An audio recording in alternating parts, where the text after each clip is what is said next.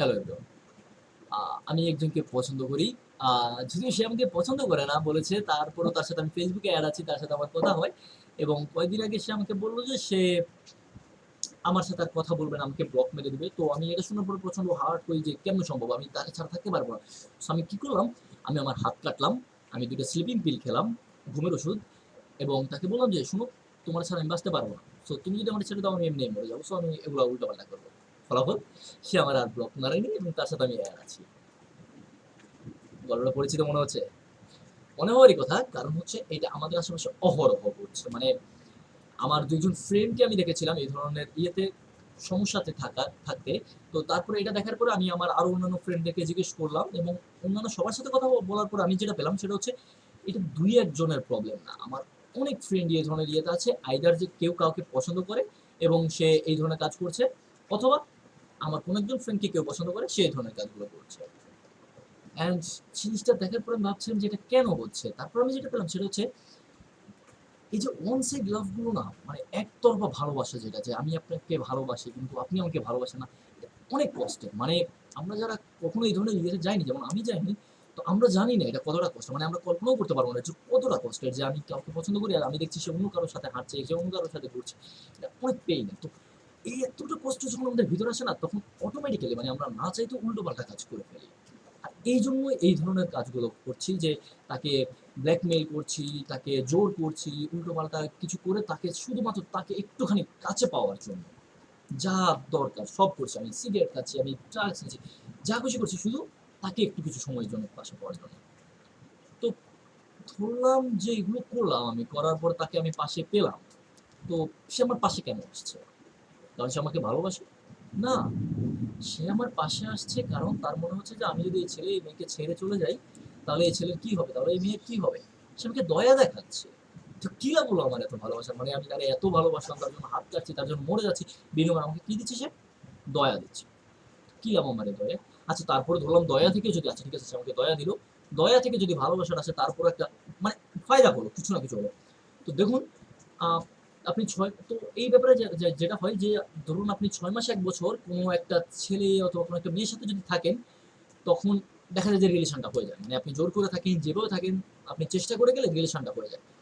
কিভাবে হয় আমি আপনাকে বুঝিয়ে বলি।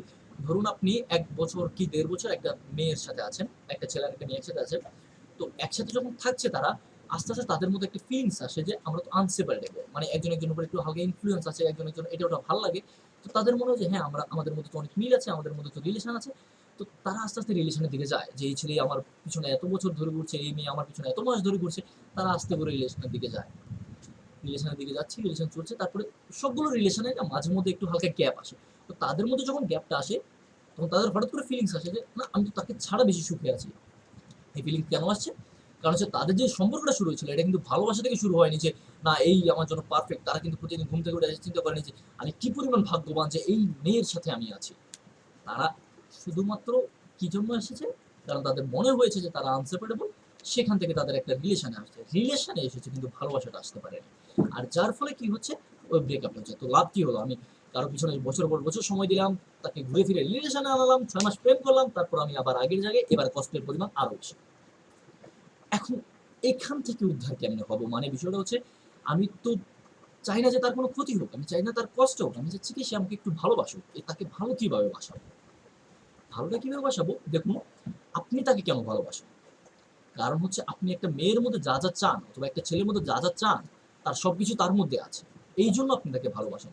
তো তাহলে আপনি এটা কেন করেন না যে সে একটা ছেলে অথবা একটা মেয়ের মধ্যে যা, যা চায় তা আপনার মধ্যে নিয়ে আসুন। সে এটা চাচ্ছে তা আপনার মধ্যে আনুন। আপনি ওইভাবে একজন ভালো মানুষ হিসেবে গড়ে উঠুন যে সে আপনার ভালোবাসায় পড়বে। আপনি তাকে জোর করে দয়া নিবেন না। সে আপনার ভালোবাসায় পড়বে। হ্যাঁ, আপনি এত ভালো মানুষ হওয়ার পরেও যদি সে আপনাকে ভালো না বাসে, এখন চিন্তা করুন, এত ভালো মানুষ হওয়ার পরেও সে আপনাকে ভালোবাসে না। তো তাহলে আপনি তাকে জোর করে আপনার সাথে রেখে লাভ কি হচ্ছে দয়া নিয়ে? ঘুরে ফিরে তো ভালোবাসাটা পাচ্ছেন না। তাই আমি যেটা বলছি এই যে জোর করে যেটা করছি এতে দয়াটা পাচ্ছি, ভালোবাসাটা না। তো আর এত ভালোবাসলাম লাভ কি হলো? আর ভালোবাসার মানে এই না যে আমি আপনাকে ভালোবাসি সো আপনার যেমনটাই লাগুক আমি আপনার সাথে সম্পর্ক করেই ছাড়বো। না, ভালোবাসার মানে হচ্ছে আপনার সুখের জন্য আমি নিজের সুখ বিসর্জন দিতে রাজি। আপনার আমার কথা ভালো লাগছে না, আমি চুপ থাকতে রাজি আছি কিন্তু আপনার সুখ দেখবো আমি। আর তাই আমি এটাই বলছি যে যদি সম্ভব হয় যে যাকে ভালোবাসেন তাকে ওই পরিমাণে স্পেসটা দিন। ওইভাবে নিজেকে গড়ে তুলুন যাতে করে সে আপনার প্রেমে পড়ে, যাতে সে আপনাকে ভালোবাসে, আপনি তাকে জোর করে ভালোবাসেন।